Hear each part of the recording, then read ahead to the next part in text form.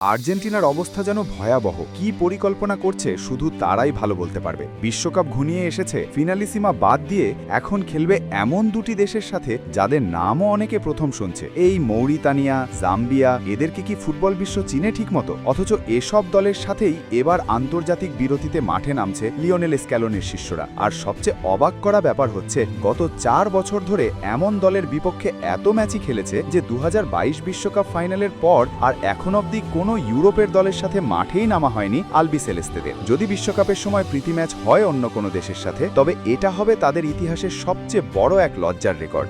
এক বিশ্বকাপ হতে আরেক বিশ্বকাপে মাঠে নামছে কোনো ইউরোপের দলের সাথে না খেলার মধ্য দিয়েই। কাতার বিশ্বকাপ জয়ের পর থেকে এখন পর্যন্ত ৩৫টি ম্যাচ খেলেছে আর্জেন্টিনা। এই সময়ের সূচিতে ছিল প্রীতি ম্যাচ, দক্ষিণ আমেরিকান বিশ্বকাপ বাছাই পর্ব এবং ২০২৪ কোপা আমেরিকা, যেখানে ধারাবাহিকতা ধরে রেখেছে লিওনেল স্ক্যালোনির দল। এই ৩৫ ম্যাচের মধ্যে সবচেয়ে বেশি ২৪টি ম্যাচ খেলেছে দক্ষিণ আমেরিকার প্রতিপক্ষদের বিপক্ষে। কনক্যাকাফ অঞ্চলের দলের মুখোমুখি হয়েছে ৮ বার, আর বাকি ৩টি ম্যাচে প্রতিপক্ষ ছিল ভিন্ন ৩ মহাদেশের দল, ইন্দোনেশিয়া, অ্যাঙ্গোলা ও অস্ট্রেলিয়া। অর্থাৎ বিশ্ব চ্যাম্পিয়ন আর্জেন্টিনা এই সময় শুধু নিজেদের অঞ্চলে সীমাবদ্ধ থাকেনি, বরং বিভিন্ন মহাদেশের দলের বিপক্ষে খেলেও নিজেদের শক্তি যাচাই করেছে। অথচ বিভিন্ন মহাদেশের বিপক্ষে মাঠে নামা হলেও সেই তালিকায় নেই ইউরোপের কোনো দেশের নাম। গত বিশ্বকাপের পর হতে আর্জেন্টিনা হয়ে গেছে ফুটবলের কলম্বাস। বিখ্যাত এই দার্শনিক যেমন আমেরিকার আবিষ্কার করেন, তেমনি আর্জেন্টিনা এখন ফুটবল দেশ আবিষ্কারের নেশায় মত্ত। যেসব দলের নামও কেউ শোনেনি ঠিকমতো, সেসব দলের সাথেই এখন খেলার জন্য উঠে পড়ে লেগেছে আর্জেন্টিনা। যেখানে ২ মাস পর অনুষ্ঠিত হবে বিশ্বকাপ, সেখানে যখন উচিত ছিল তাদের একটি শক্তিশালী দলের মুখোমুখি হওয়া, তখন